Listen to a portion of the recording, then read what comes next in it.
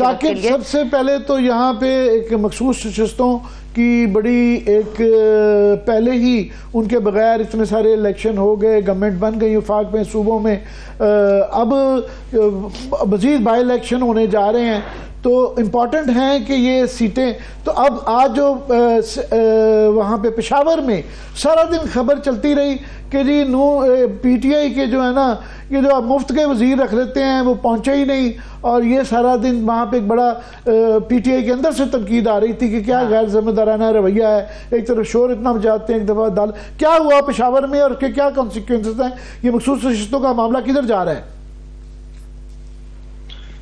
Consequences तो मेरे ख्याल में सख्त हो सकते थे। बचत हो गई है। कल सुबह 9 बजे दोबारा इन्होंने इस पे आर्गूमेंट्स देने हैं। आज 5 जज जो है पूरा अपना टाइम निकाल के, जजेस का जो शेड्यूल होता है वो हर जज अलग अलग केसेस सुन रहा होता है, तो वो टाइम निकाल के पहुंचे हुए थे। अटॉर्नी जनरल पहुंचे हुए थे, बाकी तमाम पॉलिटिकल पार्टीज के जो वकील हैं वो सुबह सुबह वहां पहुंचे हुए थे।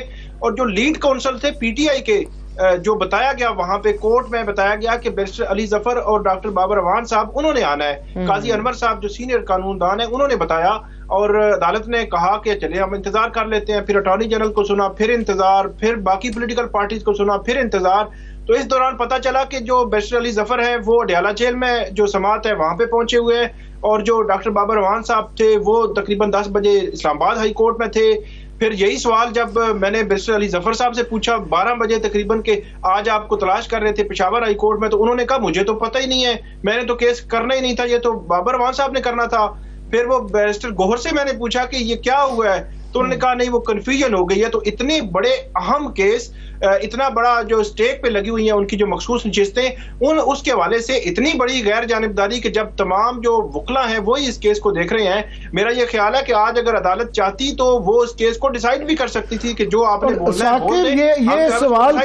ये सवाल पहले भी रहा कि ये बड़ी एक तनकीद की जाती रही कि ये सिर्फ इल्जाम धर देना कि जी हमारे साथ ज्यादती हो रही है। ये जो सुप्रीम कोर्ट के अंदर भी इनके केसेस थे, अक्सर इनके वकला तैयारी उनकी मुकम्मल नहीं होती थी। वो एक होता ना कि बस मुफ्त का केस करना पड़ जाता है, तो अब वो जो पंजाबी में कहते हैं मगर उड़ाना, जान छुड़ाना, तो वो वहां भी ये रवैया नजर आया और आज भी ये नजर आया। मगर ये केस किधर निबटता नजर आ रहा है? इस केस में एक तो जो चीज बज़ाहिर लग रही है कि अदालत इनकी हद तक तो हो सकता है कोई ऐसी सिचुएशन बने कि जी इनको नशिस्तें नहीं मिलनी चाहिए, या इस किस्म का जो आज के जो वहां पे जो आते रहे ऑब्जर्वेशंस आती रही, रिमार्क्स आते रहे, लेकिन अदालत मेरा ख्याल में इस बात पे शायद कन्विंस नहीं हो पा रही कि ये कहाँ पे लिखा हुआ है कि इनको नहीं मिलेंगी कि दूसरी पॉलिटिकल पार्टीज को मिल जाएंगी। इसका जवाब जो कोई खातर खा कोई जवाब जो है वो इवन अटॉर्नी जनरल भी उन्होंने आर्गूमेंट्स दिए, उन्होंने एक्ट की बात की, उन्होंने कहा दिखाएं कहाँ पे लिखा हुआ है कि एग्जैक्टली कि ये सारी नशिस्तें उठा के आप जो है वो बांट देंगे। फिर एक लम्हे पे आज जो वहां पे जजेस थे उन्होंने ये भी रिमार्क्स दिए जब इलेक्शन कमीशन ने वकील ने कहा कि फॉर्म जो मुतलका जो फॉर्म है वो जो है वो इन्होंने जमा करवाना था, वो नहीं करवाया। तो वहां पे आज़राए तफन्नुन उन्होंने कहा कि ये फॉर्म 45 और फॉर्म 47 वाला हशर तो नहीं होगा। तो इट मीन के जो जुडिशरी है या जजेस है जो केस सुन रहे हैं उनको एक सिनेरियो उनके ज़हन में है कि ये सिनेरियो है क्या, सिर्फ जो है वो प्योरली एक लीगल मैटर नहीं है बल्कि इसके पीछे एक पूरा बैकग्राउंड है। तो इस हवाले से कल 9 बजे हेयरिंग होनी है और कल इस पे आर्गूमेंट्स हो के कोई डिसीजन जो है वो आ सकता है। बड़ी दिलचस्प सूरत हाल है कि अगर इनको भी नहीं मिलनी, उनको भी नहीं मिलनी, तो किसको मिलनी है? क्या ये खाली हाउस रखे जाएंगे, खाली सीटें छोड़ी जाएंगी? तो पता नहीं, सुप्रीम कोर्ट में जाके फैसला होगा। दूसरा जो एक मामला चल रहा था कि मुझे अभी बताया सरबत ने कि ये मुलाकातों का जो बैन कर दिया गया था 2 हफ्ते तक नहीं हो सकती, तो अभी शायद गौर खान को अलाउ कर दिया गया है कि उनकी मुलाकात गालबन हो भी गई है। जी ये टेक्निकली इन्होंने कर लिया है, अगरचे वो पीटीआई हर जगह पे कह रही है कि वो मुलाकातें नहीं हो पा रही, बाकी पॉलिटिकल लीडरशिप की नहीं हो रही, लेकिन क्योंकि आज वहां पे समात थी तो समात के दौरान जो वकला थे उनको इजाजत देना जरूरी था।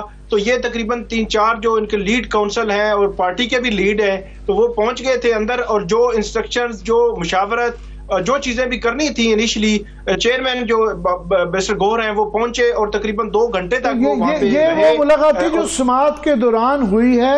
ये दूसरी मुलाकात नहीं है जो कि जेल की इंतजामिया देती है। सो वो मुकदमा अपनी जगह मौजूद है अभी, तो उसका क्या होगा फिर?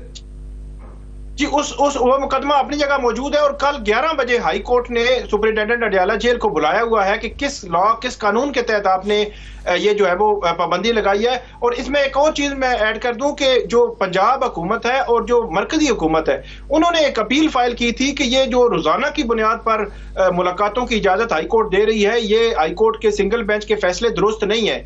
वहां आज एक दिलचस्प सूरत हाल तब पैदा हुई जब जो पंजाब हुकूमत के वकील थे जो जेल खाना जात की तरफ से, उन्होंने ये कहा कि जो सिंगल बेंच है उसने ये लिख दिया है कि ये एक बड़ी पॉलिटिकल पार्टी के लीडर हैं और इसलिए वहां पे अगर सियासी मुशावरत वो करना चाहते हैं तो उनको करने दी जाए।